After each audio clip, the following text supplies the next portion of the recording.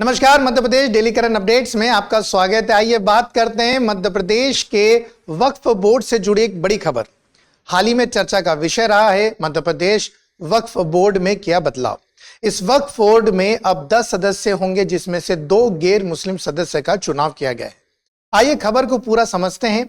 मध्य प्रदेश वक्फ board की स्थापना कब हुई, इसके बारे में जानकारी निकालेंगे और देश में सर्वप्रथम वक्फ बोर्ड कहां बनाया गया था, इसके बारे में भी आपको बताएंगे।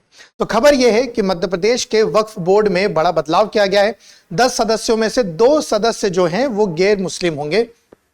ये बड़ी न्यूज है और ऐसा करने वाला प्रदेश जो है मध्य प्रदेश सरकार पूरे देश में पहली सरकार बन चुकी है। मध्य प्रदेश सरकार ने वक्फ संशोधन अधिनियम 2025 के तहत राज्य के वक्फ बोर्ड का पुनर्गठन किया और 2 गैर मुस्लिम हिंदू सदस्यों को जो है इसमें शामिल करा। पहले हैं मनोज मालपानी जो इंदौर से हैं और अनिमेश भार्गव जी जो राधौगढ़ से हैं। ये दोनों सदस्य अब बोर्ड का हिस्सा होंगे। आगे बात करते हैं। कुल 10 सदस्य होंगे। अध्यक्ष जो मध्य प्रदेश वक्फ बोर्ड के अध्यक्ष होंगे वो सनवर पटेल ही रहेंगे।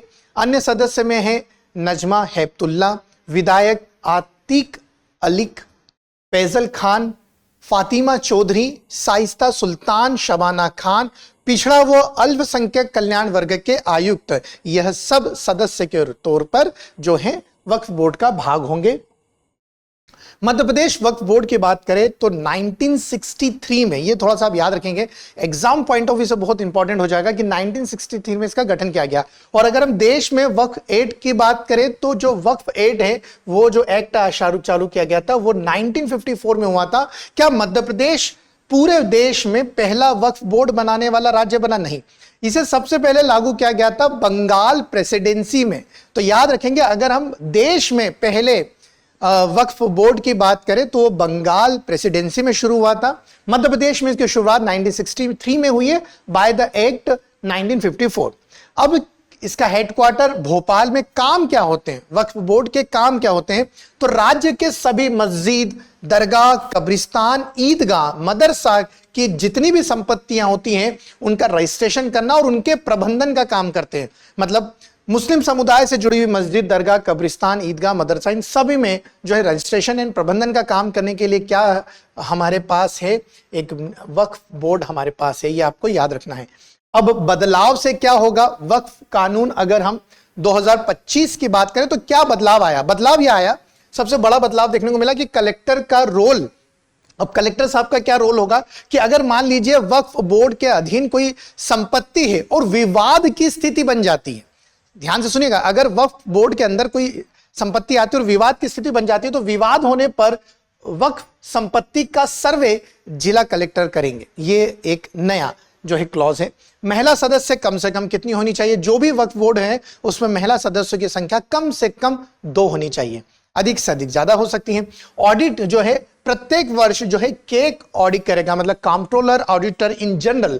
कंट्रोलर ऑडिटर इन जनरल, सबसे पहले आपको याद रखना है कि ऑडिट का काम प्रतिवर्ष होगा और कैग के ऑडिट के अधिनियम के अंतर्गत ये आएगा।